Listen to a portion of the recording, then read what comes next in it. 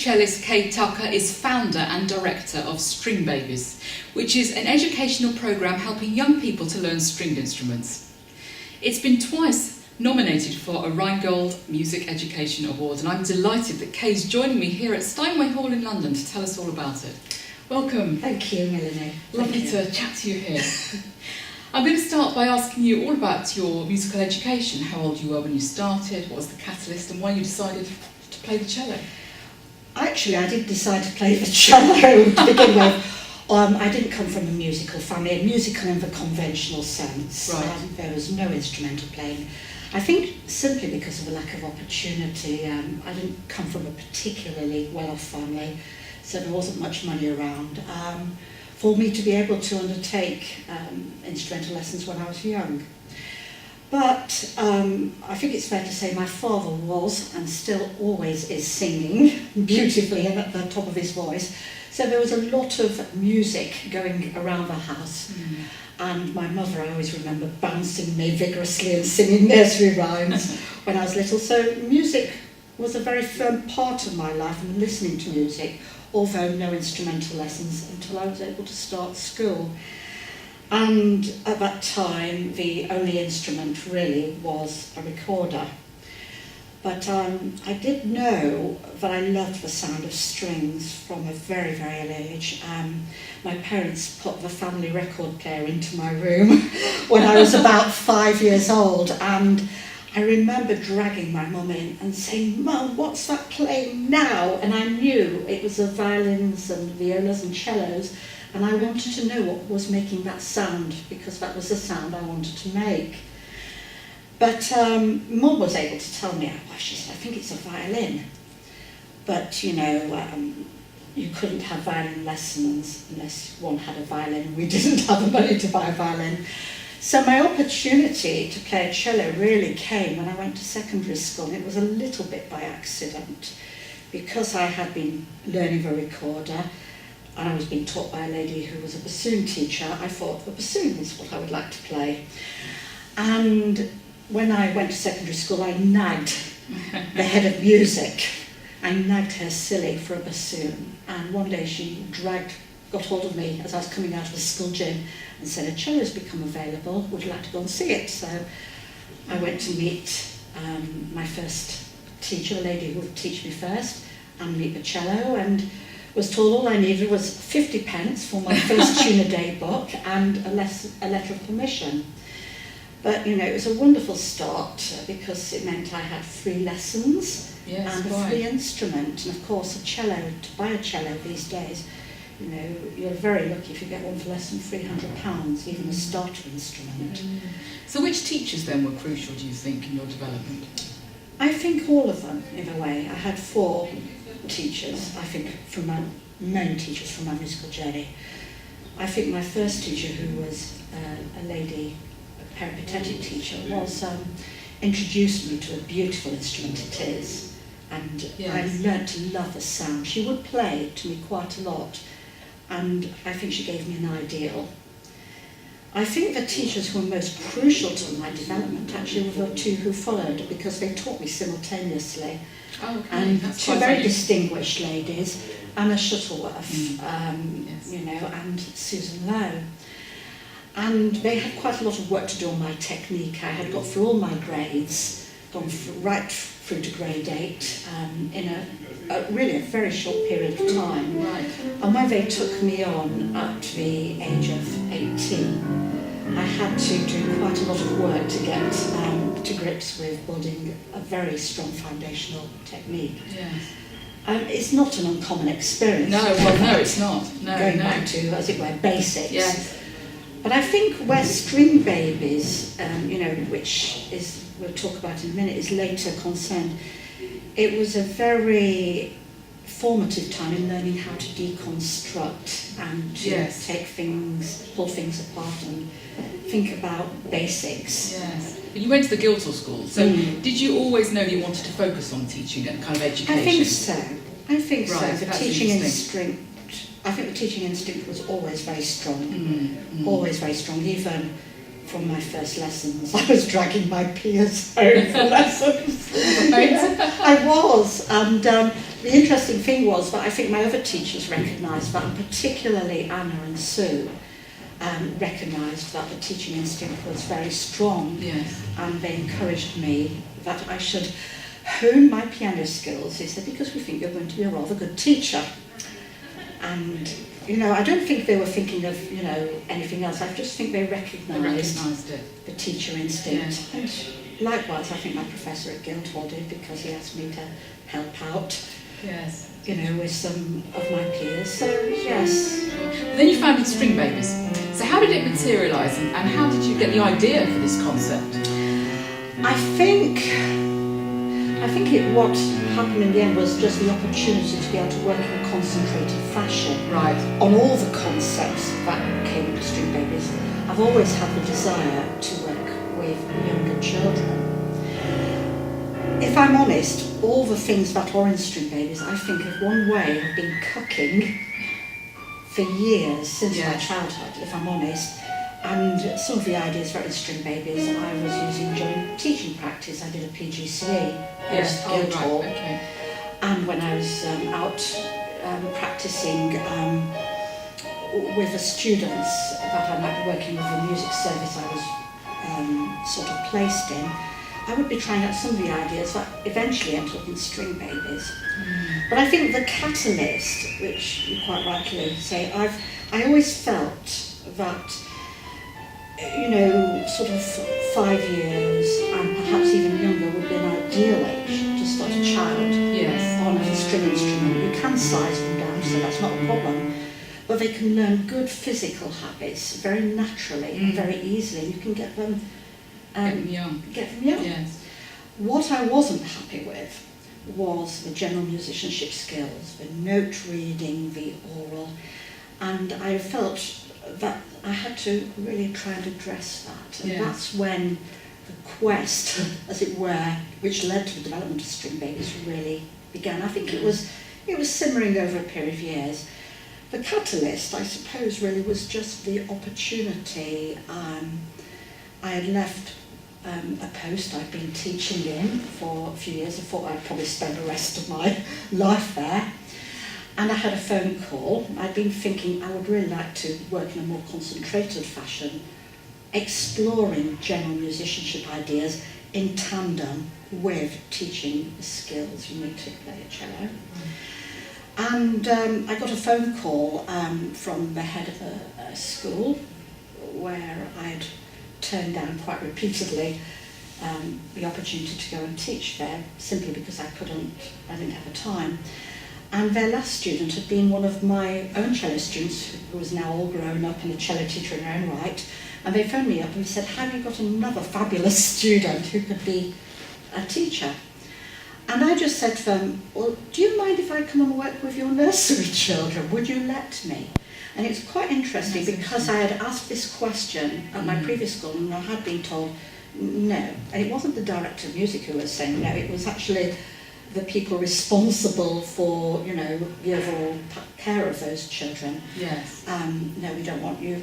They've got so much on their plate when they're infants, you know, they don't want to be worrying about learning music, sort of that kind of feeling. I don't think it was ever said quite directly, but I think there was a general assumption that music could be something they do later on, rather than, you know, do normally.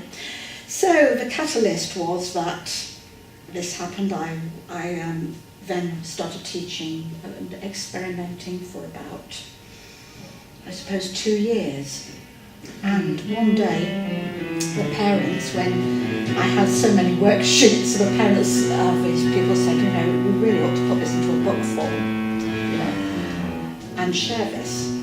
And I decided I would try to do this, but I thought, I want to make sure that this works because it works and not because it's me. So I contacted one of my teachers, professors, a lady called Pat Legg. And Pat Legg had worked with Sheila Nelson, who I think was very formative in my teaching as well. But that's sort of a story.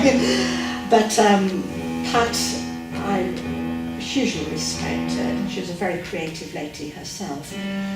But I knew that I could share my ideas with her, and she would be very honest, a lady of great integrity, and she would be totally truthful. So I went up to her house with my book, which some of the ideas I'd written down and put in through an Acorn Archimedes. Do you remember Acorn Archimedes computers? Yes. And I know what you're saying, yeah. And I had drawn the graphics, and I had a few pages of those, and most of them were scribbled out. I mean, these ideas are cut forever in here, and then suddenly they come out like, very, very fast. And I asked Pat, this is, what do you think? And within 5 minutes, it was as quick as that. She looked for it, she knew what she was obviously looking for. She said, this is going to work. Yeah, super. But what was even more important, she said, you need a teacher and parents book to go alongside it, which explains how it works, because in fact all I was showing her was what became the pupils' book. And it needs some backup story and help so that other people can take what you're doing and work with it. And she offered to oversee the writing of that. So every time I wrote a page, I would send it up to her, and she'd like a mentor. She was a mentor, yes. Perfectly a mentor. And we had a few sessions together, and boy, she did make my brain ache. She asked me some really awkward questions, which was wonderful, because you've got to be able to justify everything you do. And I came out sometimes of our house with my head really splitting, Yes. But it's a unique concept, isn't it? So how does it differ from something, say, like the Suzuki method?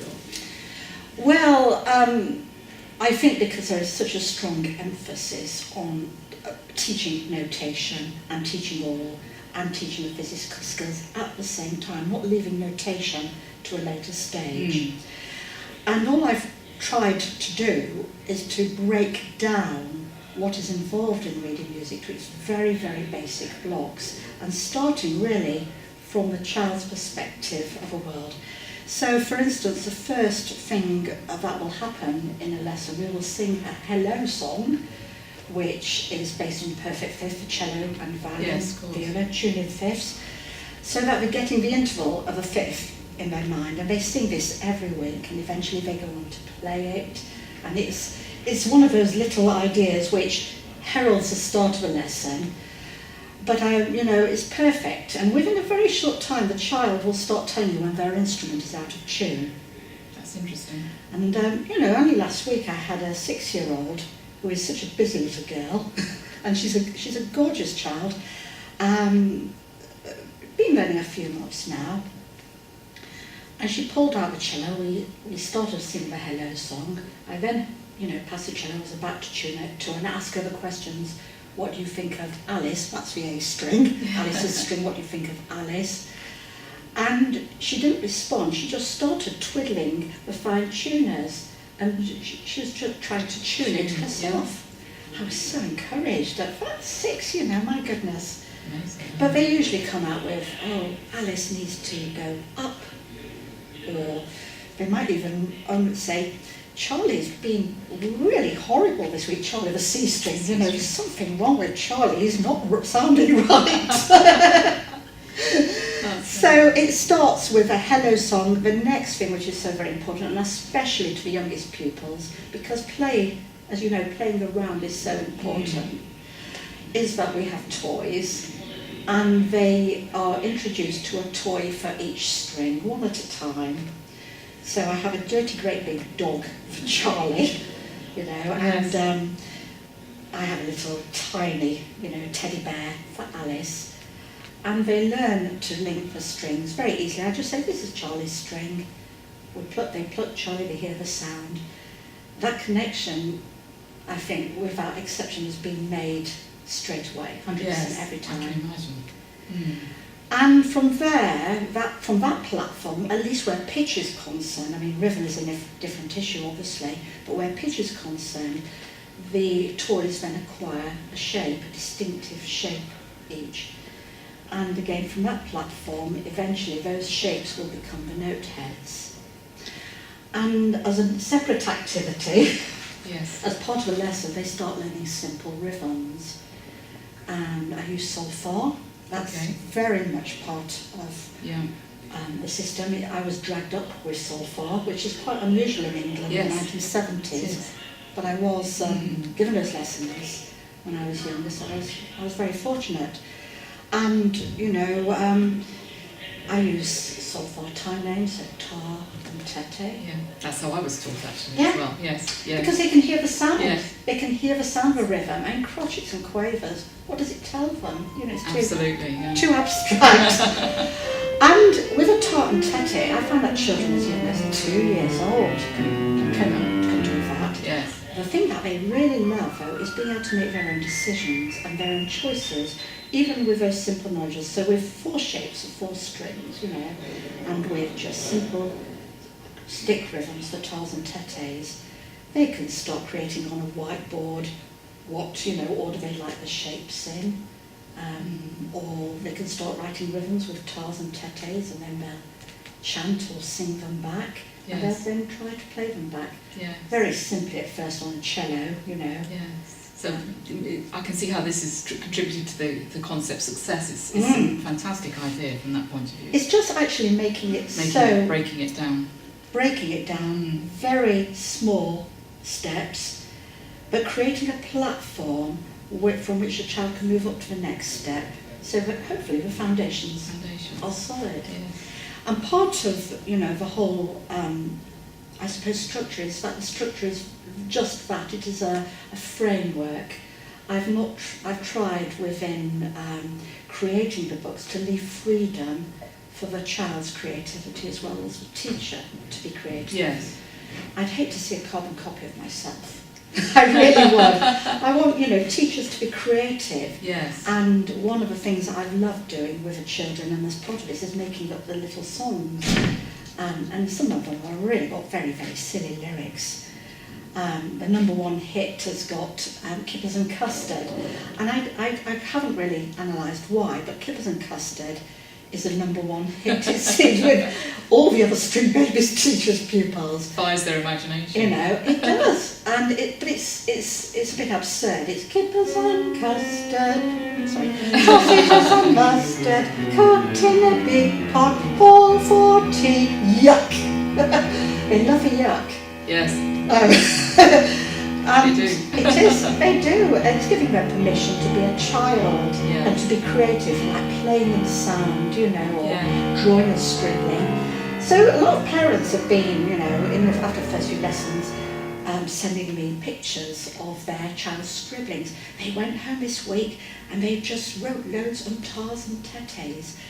And, you know, a little story from this week, my youngest Stringbabies pupil, who is 2 years and 10 months, she'd written tas and tetes and made up her own rhythm, but Mum said, what I'm really interested in was that she not only you know, told me what it said, I watched her and she was tapping it out, you know, with her pen or whatever. You know, she was tapping it out, and I thought, it's going in, you know, even at that age. And I think really this should be a revolutionising the way we think about people's you know, youngsters' ability to learn music. Yes. Yeah. I think it's so exciting. But you're branching out, aren't you? I think you're introducing other instruments and certainly having more and more teachers kind of teaching your method. So tell us about how you're expanding. Well, I think if I'm honest, it's a bit of a weird thing, but Stringbaby seems to have a life of its own. You know, it's almost, I know it started in here, but it's almost as if it was always there and we're waiting to be introduced to each other. Sure, Do you know what I mean? Yes. Yes. And within a very short amount of time, it just seemed to have its own energy, its own life. And what came as a huge surprise when I received a phone call one day from a very esteemed colleague who said, I've got a grade 8 student who could not sight read to save his life. He really could not sight read. And I took your book and I took the concepts from it and worked on reading with him, breaking things down, and you know, he's just gone past the sight reading part of his grade 8 exam, and I thought, you should know that. And I thought, I'd put this in a 3 to 6 year old box, and it's beginning to move outside of that. Yes.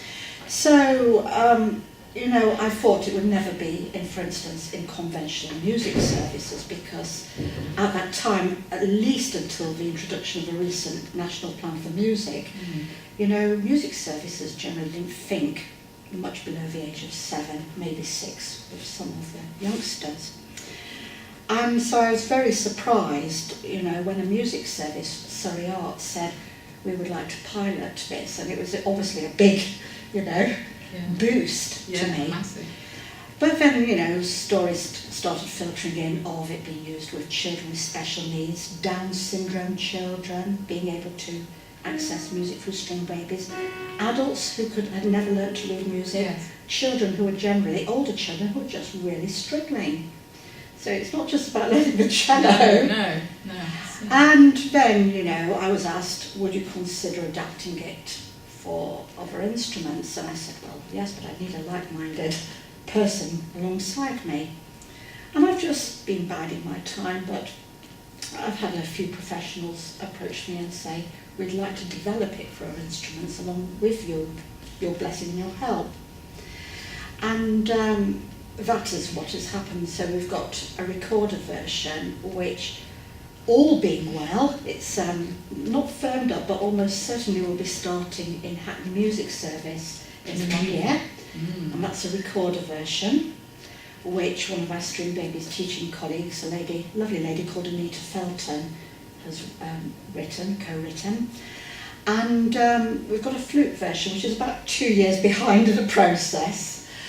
I'll be absolutely honest, I've been even trying to think of a piano version, but I am not a pianist. I was just about to say, you definitely need a piano version. I have got, you know, quite a few pages of one. I'm sure, but, you know, we'll have to talk more about this. Amazing. Off camera. But that sounds like it's really developing. It is, and you know, I think particularly in Hackney, where yes. Very forward thinking, and a lot of teachers said, oh, we could have it for our instrument.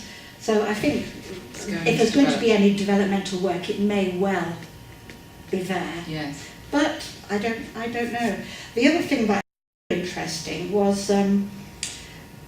that during the week of the first, I think it was during the first term of it being piloted in Surrey, they had a peer-moderated review, and James Thomas, who is the head of service for Hackney, came along to see, and he said, oh, I could see this working in the classroom. That's interesting. And I thought, yeah, stuff that way as one does, stuff that way. I'd have to think about that. And I've had so many people say, oh, I could see this working in the classroom. And I spoke to my husband, who is a teacher, or was a teacher, and he said, I've always been telling you this, it could work in the classroom. So I'm now, for myself, trying to develop it for classroom application. And hopefully, again, I've got a couple of guinea pig places to try and tout, because it's got to be thoroughly tried and tested before we publish and release. Certainly, the violin and the cello books definitely were. I had completed a viola version. I would love if there is out there, I need a viola babies champion. Right. If there is somebody out there who says, I would love to try teaching viola, the book is there. But the trouble is actually, the cost of getting it published if you don't know if the books are going to even sell, because there are so few and very little viola players. But I was asked to write the viola version by Exeter Young Strings, and they had a few pupils, but I really need a viola babies champion. So this is a call to all viola teachers. And there's a bass version which is starting trials in Surrey. So, excellent. But now you've been nominated for this award. It's the second time. I know. What would it mean to Stringbabies if you won? Well, it would be a fantastic affirmation, I think. Yes. Getting through for a second year in a row has been a tremendous tremendous boost. I think one of the things I had struggled with through the journey was convincing other professionals that Stringbabies worked because it worked. There's quite a lot of natural cynicism around, of course. And I was beginning to be able to move beyond that stage, particularly because a music service, Surrey Arts and Music Cornwall were beginning to take my work very, very seriously. And obviously when you get a music service taking your work seriously, you know that you're moving beyond that. Getting the first nomination really sort of confirmed that. The second nomination. And the second nomination. It will be 10 years in 2014 since Cello Babies first hit the road, so it would be a fantastic birthday present. But I'm not banking on it, obviously. I just have to count my blessings and make the most of the nomination. It's a bit like being shortlisted for the Oscars, isn't it? Yes, it's fantastic. We wish you the best of luck. Thank you very much. Thank you very much for joining me today. No, thank you, Mel.